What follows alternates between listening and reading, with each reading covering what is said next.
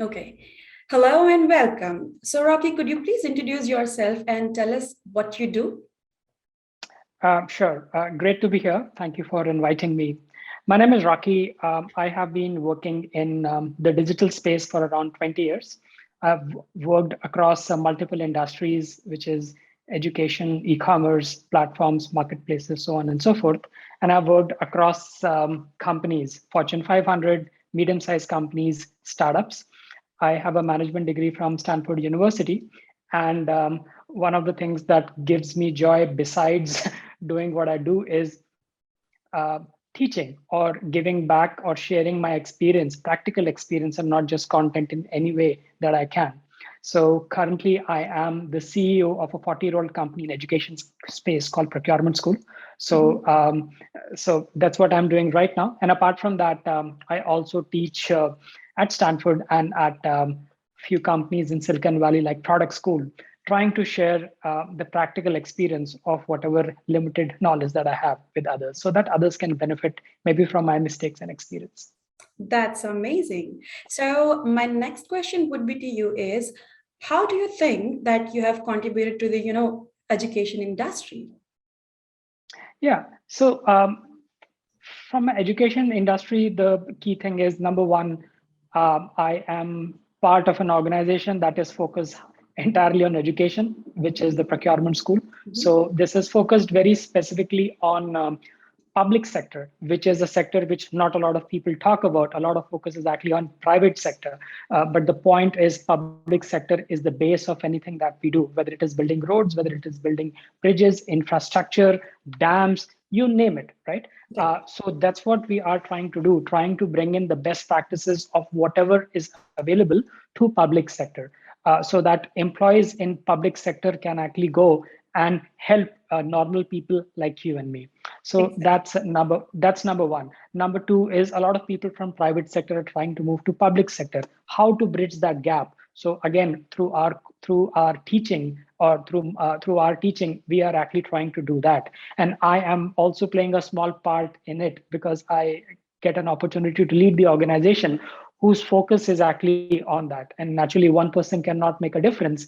So our employees, our partners, our subject matter experts, and specifically our customers to for whom we are actually working, that actually helps. Uh, that actually makes us feel elated because it gives us joy to help in some small way of that we are trying to make a difference in people's lives.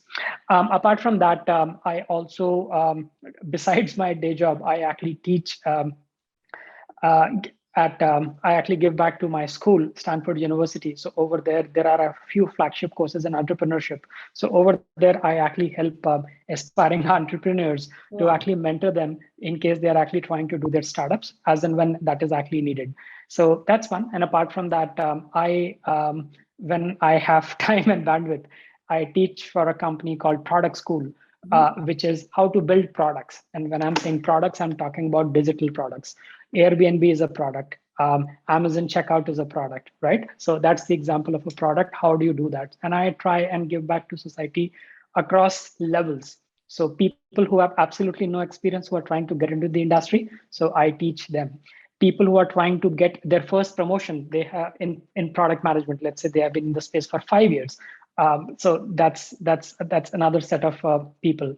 And then the last set of people that I teach is people who have been in the industry for a long time and now they are trying to become executives, vice president or chief product officer, and naturally at for corporates as well. So I think that's the limited way in which I am trying to give back to society in education. But I'm sure I also get to learn a lot when I'm trying to talk to all of them, because that's the number one thing in education. You do not know everything, and it's Exactly. a learning process. I also get to learn a lot, and I think that's what keeps me motivated. Amazing. That's amazing. So, my next question for you is, how do you feel about winning these awards? So awards.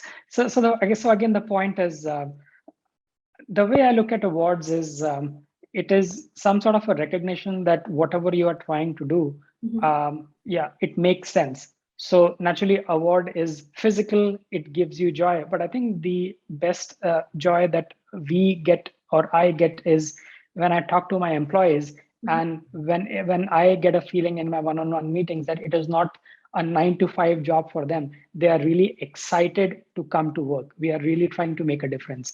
When I talk to few of our customers, and when they actually say that, hey, we took whatever we learned, and this is the way we actually implemented the learning, and this is how it made a difference in people's lives.